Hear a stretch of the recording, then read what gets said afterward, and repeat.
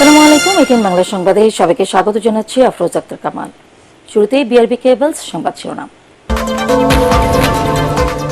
বঙ্গবন্ধু পরিবারের সদস্যদের নিরাপত্তা আইন বাতিল, গুম থেকে সুরক্ষার আন্তর্জাতিক সনদে সই করল বাংলাদেশ। উপদেষ্টা পরিষদের বৈঠকে সিদ্ধান্ত।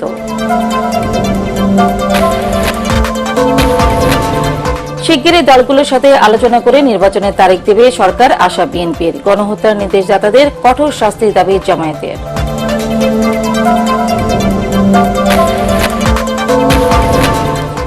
আর্থিক খাতে বিগত 15 বছরের অনিয়ম, লুটপাট ও দুর্নীতির শ্বেতপত্র প্রকাশের ঘোষণা। অন্তর্বর্তীকালীন সরকারের বিচার হবে অর্থ পাচারে জড়িতদেরও। এবং পূর্বাঞ্চলের বন্যায় মৃতের সংখ্যা বেড়ে 1 লাফে অর্ধশতাধিক। ফেনীতে সর্বোচ্চ 17 জনের মৃত্যু। কুমিল্লা, ফেনী, লক্ষ্মীপুরে পরিস্থিতির আরও উন্নতি। শুনছিলেন বিআরবি কেবলস সংবাদ শিরোনাম। এবার বিস্তারিত। বঙ্গবন্ধুর পরিবারের সদস্যদের নিরাপত্তা আইন বাতিলের সিদ্ধান্ত নিয়েছে অন্তর্বর্তীকালীন সরকার। প্রধান উপদেষ্টা ডক্টর মোহাম্মদ ইউনূসের সভাপতিত্বে তার কার্যালয়ে উপদেষ্টা পরিষদের সভায় এই সিদ্ধান্ত হয়। এছাড়া গুম হওয়া থেকে দেশের সব নাগরিককে সুরক্ষা দিতে আন্তর্জাতিক কনভেনশনে সই করেছে বাংলাদেশ। উপদেষ্টা পরিষদের বৈঠক শেষে বন, পরিবেশ ও জলবায়ু উপদেষ্টা সৈয়দা রিজওয়ানা হাসান জানান, কালো টাকা সাদা করার বিধান বাতিলের সিদ্ধান্ত নিয়েছে সরকার। আরো জানাচ্ছেন সৈয়দ রিয়াজ। রাষ্ট্রীয় অতিথি ভবন যমুনায় উপদেষ্টা পরিষদের বৈঠক। প্রধান উপদেষ্টা ডক্টর মোহাম্মদ ইউনূসের সভাপতিত্বে অনুষ্ঠিত এই সভা চলে টানা 2.5 ঘণ্টা। এতে গুমের বিরুদ্ধে আন্তর্জাতিক কনভেনশনে বাংলাদেশের পক্ষে স্বাক্ষর করেন প্রধান উপদেষ্টা ডক্টর মোহাম্মদ ইউনূস। ভবিষ্যতে আর কেউ যাতে নিজের ক্ষমতাকে কক্ষিগত করতে গুমের মতো ঘটনা ঘটাতে না পারে, সেজন্য আজ থেকে জাতিসংঘের আন্তর্জাতিক কনভেনশনে যুক্ত হলো বাংলাদেশ। জাতিসংঘ থেকে বারবারই বাংলাদেশের এই গুমের প্রেক্ষিতে বলা হচ্ছিল যে তোমরা এই কনভেনশনটা কেন এখনো অনুস্বাক্ষর করছো না। সেই প্রেক্ষিতে আমরা মনে করি যে আমরা একটা খুব শক্ত ভিত্তি, যেটা আমরা সবসময় অস্বীকার করে এসেছিলাম এ যাবৎকাল, যদিও গুম বাংলাদেশে অহরহই করছিল, সেই ভিত্তিটা আমরা স্থাপন করতে পারলাম। উপদেষ্টা পরিষদের বৈঠক পরবর্তী এই ব্রিফিংয়ে পরিবেশ ও পানি সম্পদ উপদেষ্টা রিজওয়ানা হাসান আরও বলেন, সভায় কালো টাকা সাদা করার রীতি বন্ধ, অর্থ পাচারের বিরুদ্ধে ব্যবস্থা, দ্রব্যমূল্য নিয়ন্ত্রণ ও হজের খরচ কমিয়ে আনার বিষয়েও আলোচনা হয়। কালো টাকা সাদা করার যে বিধি এবং রীতি, সেটা বন্ধ করে দেয়া হবে। অর্থ পাচারের বিরুদ্ধে কার্যক্রম শুরু হয়ে গেছে। আরেকটা হচ্ছে অত্যাবশ্যকীয় পণ্যের দাম মানুষের ক্রয় সীমানার মধ্যে রাখতে যা যা করার দরকার, সরকার সেই কাজগুলো করা শুরু করে দিয়েছে। উপদেষ্টাদের বৈঠক থেকে জাতির পিতার পরিবারের সদস্যদের নিরাপত্তা রহিতকরণ অধ্যাদেশ 2024-এর খসড়ার নীতিগত ও চূড়ান্ত অনুমোদন দেয়া হয়েছে বলেও জানান রিজওয়ানা হাসান। বলেন, বিশেষ নিরাপত্তা ব্যবস্থাটি ছিল বৈষম্যমূলক। আমাদের এই সরকারটা হচ্ছে একটা বৈষম্য বিরোধী আন্দোলনের আউটকাম। তো সেখানে আদৌ নিরাপত্তা সংস্থা মনে করে কিনা যে এরকম দরকার আছে, সেখানে উত্তরটা হচ্ছে এরকম বিশেষ নিরাপত্তার দরকার আছে বলে তারা মনে করে না, আর এটাকে বৈষম্যমূলক মনে করা হয়েছে, সেটার ভিত্তিতেই সিদ্ধান্ত গ্রহণ করা হয়েছে। বৈঠক থেকে বিশেষ নিরাপত্তা বাহিনী স্পেশাল সিকিউরিটি ফোর্স সংশোধন অধ্যাদেশ 2024-এর খসড়ার চূড়ান্ত অনুমোদন দেয়া হয়। রাজনৈতিক দলগুলোর সঙ্গে অন্তর্বর্তী সরকারের ধারাবাহিক আলোচনা অব্যাহত থাকবে বলেও জানান রিজওয়ানা হাসান। তাদের কাছ থেকে সংস্কার প্রস্তাব যা আসবে সেগুলোও গ্রহণ করব। সে ব্যাপারে সৈয়দ রিয়াজ, এটিএন বাংলা, ঢাকা। বৈষম্য বিরোধী ছাত্র আন্দোলনে সুমন শিকদার নামে একজনকে হত্যার অভিযোগে বাড্ডা থানায় করা মামলায় সাবেক বাণিজ্যমন্ত্রী টিপু মুন্সিকে 4 দিনের রিমান্ডে নিয়েছে পুলিশ। তাকে ঢাকা মুখ্য মহানগর হাকিমের আদালতে নিয়ে 8 দিনের রিমান্ড চান তদন্ত কর্মকর্তা এসআই রেজাউল আলম। শুনানি শেষে টিপু মুন্সিকে 4 দিনের রিমান্ড মঞ্জুর করেন বিচারক আলী হায়দার। রাজধানী গুলশান থেকে সাবেক এই বাণিজ্যমন্ত্রীকে গ্রেফতার করে র্যাব। তার বিরুদ্ধে গাজীপুর ও রংপুরে আরও 2টি হত্যা মামলা করা হয়েছে।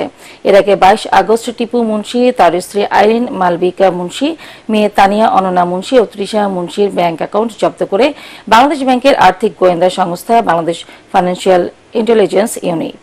একই সঙ্গে তাদের মালিকানাধীন ব্যবসা প্রতিষ্ঠানের ব্যাংক হিসাবে লেনদেন স্থগিত করা হয়। দুর্নীতি দমন কমিশনের করা 2 মামলায় খালাস পেয়েছেন বিএনপির স্থায়ী কমিটির সদস্য মির্জা আব্বাস। ঢাকার পৃথক 2টি বিশেষ জজ আদালতের বিচারকরা তাকে মামলা থেকে অব্যাহতি দেন। একই সাথে অবৈধ সম্পদ অর্জনের অপর একটি মামলা থেকে মির্জা আব্বাস ও তার স্ত্রী আফরোজা আব্বাসকে রেহাই দিয়েছে আদালত। এছাড়া 2006 সালে গণপূর্ত মন্ত্রী থাকাকালে প্লট বরাদ্দে অনিয়মের দায়ে দুদকের করা আরেকটি মামলাতেও খালাস পেয়েছেন মির্জা আব্বাস। মামলাগুলো থেকে অব্যাহতি পেয়ে আদালত চত্বরে কান্নায় ভেঙে পড়েন বর্ষিয়ান এই বিএনপি নেতা।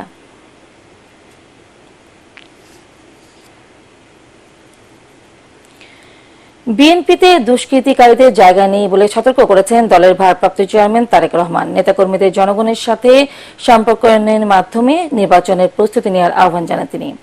বিএনপির তৃণমূল নেতাকর্মীদের সাথে ধারাবাহিক মতবিনিময়ের প্রথম দিনে রংপুর বিভাগের জেলাগুলোর সাথে ভার্চুয়ালি যোগ দিয়ে তারেক রহমান এসব কথা বলেন। প্রধান অতিথির বক্তব্যে বিএনপির ভারপ্রাপ্ত চেয়ারম্যান নেতাকর্মীদের জনগণকে সাথে নিয়ে দেশের স্থিতিশীলতা বজায় রাখতে ঐক্যবদ্ধভাবে কাজ করার নির্দেশনা দেন।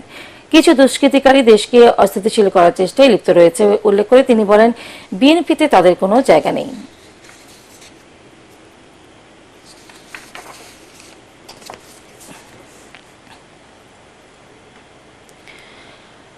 দ্রুততম সময়ের মধ্যে দেশের স্থিতিশীলতা ফিরিয়ে এনে অন্তর্বর্তীকালীন সরকার নির্বাচনের পথে হাঁটবে বলে আশা করছেন বিএনপি মহাসচিব মির্জা ফখরুল ইসলাম আলমগীর।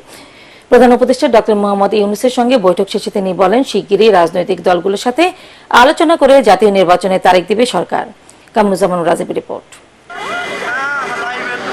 অন্তর্বর্তীকালীন সরকারের প্রধান উপদেষ্টা ডক্টর মোহাম্মদ ইউনূসের আমন্ত্রণে রাষ্ট্রীয় অতিথি ভবন যমুনায় আসেন বিএনপি মহাসচিব মির্জা ফখরুল ইসলাম আলমগীরের নেতৃত্বে বিএনপির 3 সদস্যের প্রতিনিধি দল।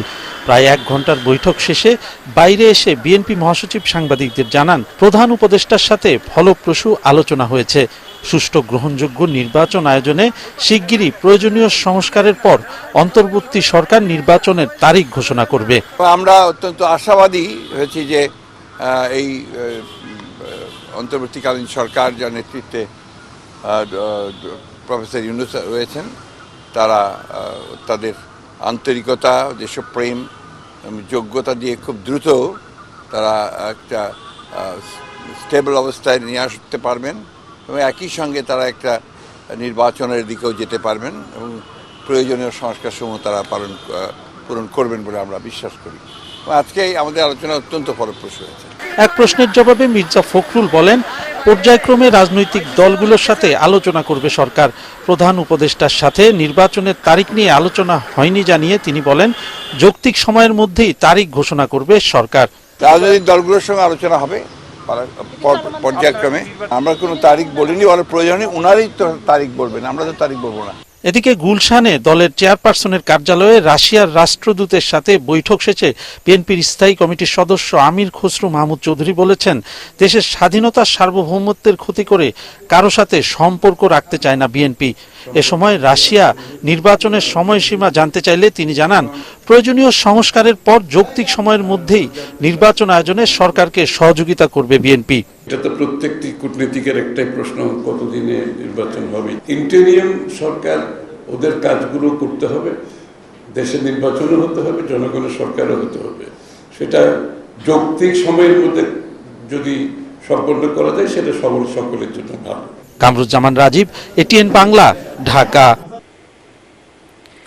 বর্তমান অর্থনীতির ভিত্তি ঠিক রাখতে বিগত 15 বছরে আর্থিক খাতের অনিয়ম, লুটপাট ও দুর্নীতি শ্বেতপত্র প্রকাশ করা হবে বলে জানিয়েছেন সরকার গঠিত শ্বেতপত্র প্রণয়ন কমিটির প্রধান ডক্টর দেবপ্রিয় ভট্টাচার্য। পরিকল্পনা কমিটির প্রথম বৈঠকের পর সংবাদ সম্মেলনে তিনি জানান, অর্থ পাচারকারীদেরও বিচার নিশ্চিত করা হবে। বিস্তারিত খায়রুল ইসলামের রিপোর্টে। আমি কলিগদের সকলকে ধন্যবাদ দিতেছি। 1.5 দশকের দেশে যে পরিমাণ অনিয়ম, লুটপাট ও আর্থিক খাতে দুর্নীতি হয়েছে তা খতিয়ে দেখতে 12 সদস্যের শ্বেতপত্র কমিটি গঠন করেছে অন্তর্বর্তী সরকার। সদস্যদের অধিকাংশই হচ্ছেন অর্থনীতিবিদ ও গবেষক। এরই অংশ হিসেবে পরিকল্পনা কমিশনে প্রথমবারের মতো বৈঠকে বসেন কমিটির সদস্যরা। আমাকে দায়িত্ব দিয়েছিলেন, তাই আমি ওনাদের সকলের পক্ষ থেকে বলছি।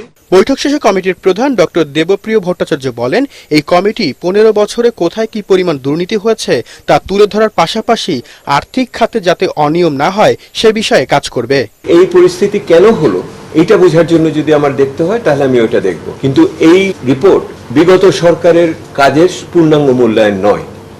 এটা মূলত হলো বর্তমান সরকারকে সাহায্য করার জন্য, তাকে এগিয়ে যাওয়ার হিসেবে এবং পুরনো যে ভুলগুলো হয়েছিল সেগুলি যাতে পুনরাবৃত্তি না হয় সেটার ব্যাপারে মনোযোগী করার জন্য করা হচ্ছে। আমাদের প্রবলেমের দৃষ্টিভঙ্গি থেকে, আমাদের সমস্যার দৃষ্টিভঙ্গি থেকে ব্যাংকের প্রতিষ্ঠান যতখানি আসে, ব্যক্তিঘাতের পুঁজি গঠনের জন্য যদি আমার মানি মার্কেট বা আমার ক্যাপিটাল মার্কেটের আলোচনা করতে হয়, আমরা ওইটুকুই করব।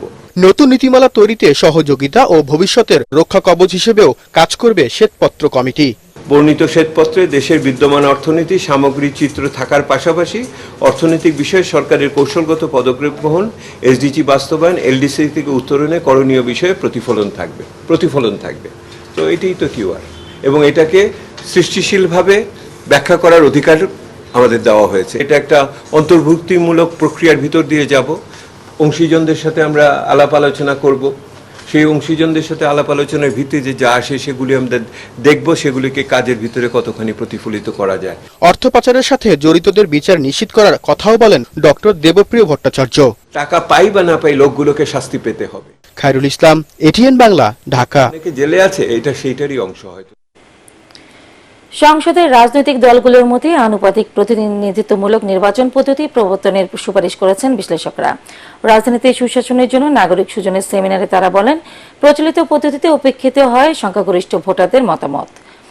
এতে সাবেক প্রধান নির্বাচন কমিশনার বিচারপতি আব্দুর রউফ বলেন, সত্যিকারের গণতন্ত্র প্রতিষ্ঠা করতে হলে ভোটারদের দিয়ে নির্বাচন পরিচালনা করতে হবে। বিস্তারিত একরামুল হক সাইমের রিপোর্টে। শেখ হাসিনা সরকারের শাসনামলে টানা গত 3 সংসদ নির্বাচনই ছিল চরম প্রশ্নবিদ্ধ। ছাত্র জনতার গণ অভ্যুত্থানের পর নির্বাচন কমিশন পুনর্গঠন ও নিরপেক্ষ ভোট আয়োজন অন্তর্বর্তী সরকারের সবচেয়ে বড় চ্যালেঞ্জ। এ বিষয়ে গোলটেবিল বৈঠকের আয়োজন করে সুশাসনের জন্য নাগরিক সুজন। অনুষ্ঠানে নানা পরামর্শ তুলে ধরেন নির্বাচন সংশ্লিষ্টরা। আমাদের election commission is accountable to the citizen, জনগণের কাছে অ্যাকাউন্টেবল, এটার মানে তাই। কিন্তু আমরা স্বাধীনতার পরে যে 53 বছর পার হয়ে গেছে, এটাকে কিন্তু আমরা জনগণের কাছে অ্যাকাউন্টেবল করতে পারিনি। আরপি অনুযায়ী কিন্তু লেজির ভিত্তিক ছাত্র রাজনীতি এটা নিষিদ্ধ, সেটা না মেনে তারা ভাতৃপ্রতিম সংগঠন বলে এটা চালিয়ে দিচ্ছে, কিন্তু এটা অবৈধ, অন্যায় এবং আইনের সুস্পষ্ট লঙ্ঘন। প্রচলিত পদ্ধতির সংসদীয় ব্যবস্থার পরিবর্তে ভোটের হার অনুযায়ী আনুপাতিক প্রতিনিধিত্ব ব্যবস্থা চালুর সুপারিশ করেন অনেকে। এর পক্ষে মতামত তুলে ধরেন বৈষম্য বিরোধী ছাত্র আন্দোলনের প্রতিনিধিও। একটি দল মাত্র 35% কিংবা 40%-এর সর্বোচ্চ সমর্থন নিয়ে বাকি 60%-এর উপর শাসন করছে।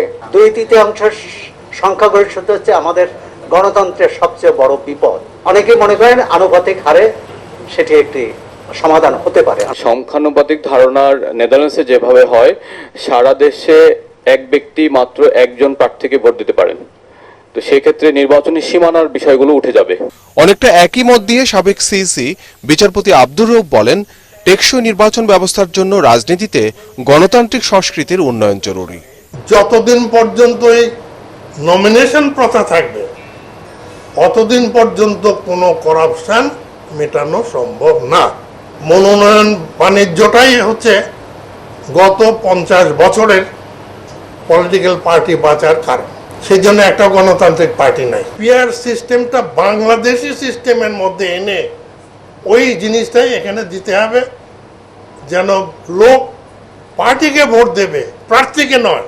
অনুষ্ঠানে স্বচ্ছ, কারসাজি মুক্ত ও বিশ্বাসযোগ্য নির্বাচনী প্রক্রিয়ার জন্য আইনবিধির মৌলিক সংস্কারের আহ্বান জানায় সুজন। আমাদেরকে পথ দেখিয়েছে, তারাই আমাদের মুক্তিযোদ্ধাদের। ইকরামুল হক সায়েম, এটিএন বাংলা, ঢাকা। পূর্বাঞ্চলের বন্যায় 1 লাফে মৃতের সংখ্যা ছাড়ালো অর্ধশত। 9 জেলায় মারা গেছে 52 জন। এর মধ্যে ফেনীতে সবচেয়ে বেশি 17 জনের মৃত্যু হয়েছে। দুর্যোগ ব্যবস্থাপনা মন্ত্রণালয় জানিয়েছে, বেশিরভাগ মৃত্যু হয়েছে পানিতে ডুবে ও বিদ্যুৎস্পৃষ্ট হয়ে।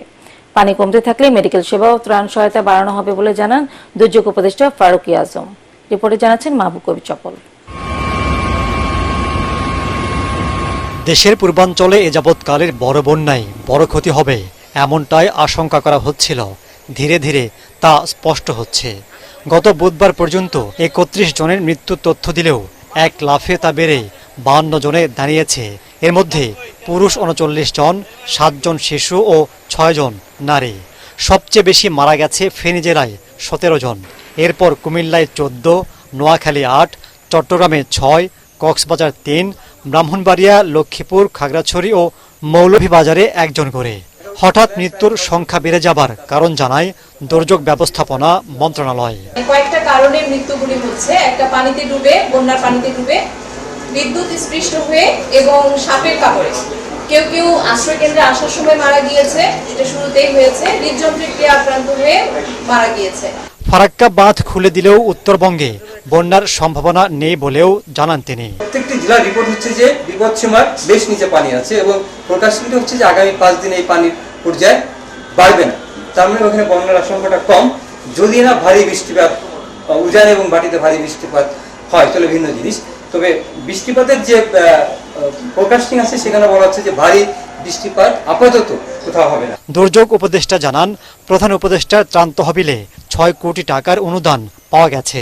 দুর্গত এলাকায় আরো বাড়ানো হচ্ছে ত্রাণ কার্যক্রম। সরাসরি জমা করে দিচ্ছি। এটা শুধু যারা আগ্রহ প্রকাশ করেছেন যে ওনার হাতে দেবেন তাদের কাছ থেকে আমরা এখানে গ্রহণ করছি। বন্যা আক্রান্ত এলাকায় 600 মেডিকেল টিম কাজ করছে বলেও জানান তিনি। মাহবুব কবির চপল, এটিএন বাংলা, ঢাকা। ছাত্র জনতার আন্দোলনে হতাহত ব্যক্তিদের শরীরে রাবার বুলেটের পাশাপাশি ভারী অস্ত্রের আঘাতের প্রমাণ পাওয়া গেছে বলে জানিয়েছেন ঢাকা মেডিকেল কলেজ হাসপাতালের পরিচালক ব্রিগেডিয়ার জেনারেল মোহাম্মদ আসাদুজ্জামান। হাসপাতালের প্রশাসন ভবনে সংবাদ সম্মেলনে তিনি জানান, জুলাই বিপ্লবে অংশ নেওয়া আন্দোলনকারীদের মধ্যে ঢাকা মেডিকেল কলেজ হাসপাতালে মারা গেছেন 172 জন। এর মধ্যে চিকিৎসাধীন অবস্থায় মারা গেছেন 84 জনের মৃত্যু হয়। মৃত অবস্থায় হাসপাতালে আনা হয় 88 জনকে। বেশিরভাগই গুলিবিদ্ধ হয়ে মারা গেছে বলে উল্লেখ করেন ব্রিগেডিয়ার জেনারেল আসাদুজ্জামান। তিনি জানান, আহতদের বিনামূল্যে চিকিৎসা দেওয়ার চেষ্টা করা হচ্ছে। বৈষম্য বিরোধী ছাত্র আন্দোলনের নেতারা এ নিয়ে আপত্তি তোলার পর থেকে চিকিৎসা সেবা বাড়ানো হয়েছে। এটিএন বাংলার সিনিয়র ড্রাইভার মোহাম্মদ হোসেন আলী বৃহস্পতিবার দিবাগত রাত 3:30টায় হৃদরোগে আক্রান্ত হয়ে ইন্তেকাল করেছেন। ইন্না লিল্লাহি ওয়া ইন্না ইলাইহি রাজিউন। মৃত্যুকালে তার বয়স হয়েছিল 57 বছর। আজ সকাল 10টায় শনির আখড়ায় মরহুমের বাসভবনের পাশের মসজিদে নামাজে জানাজা অনুষ্ঠিত হবে।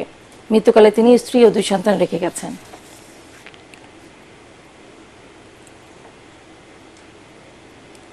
পার্টেক্স খেলার খবর।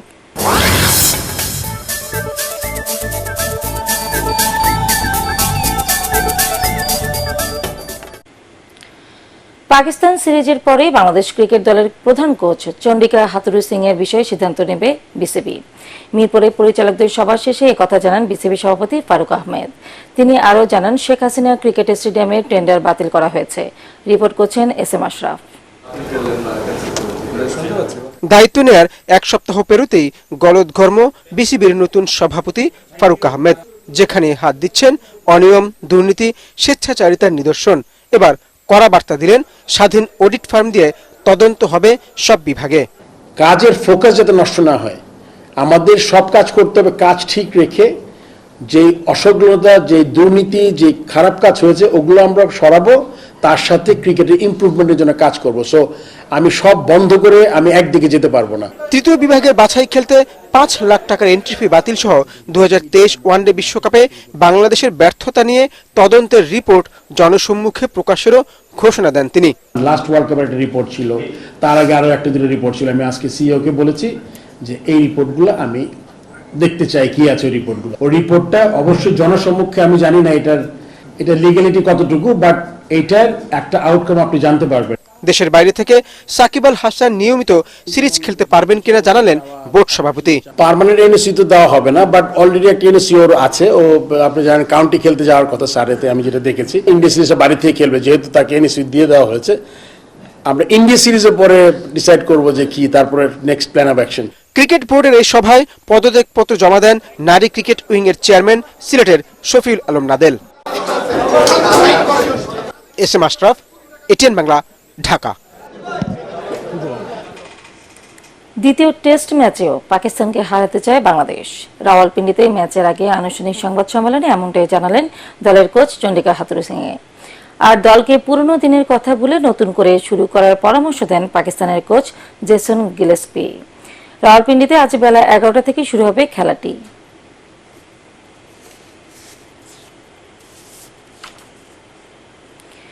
শেষ করার আগে বিআরবি কেবলস সংবাদ শিরোনাম আরো একবার। বঙ্গবন্ধু পরিবারের সদস্যদের নিরাপত্তা আইন বাতিল, গুম থেকে সুরক্ষার আন্তর্জাতিক সনদে সই করল বাংলাদেশ। উপদেষ্টা পরিষদের বৈঠকে সিদ্ধান্ত।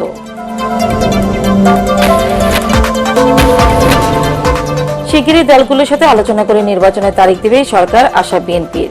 গণহত্যার নির্দেশদাতাদের কঠোর শাস্তির দাবি জামায়াতের।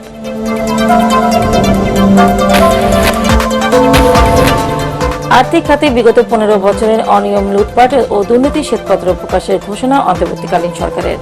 বিচার হবে অর্থ পাচারে জড়িতদেরও।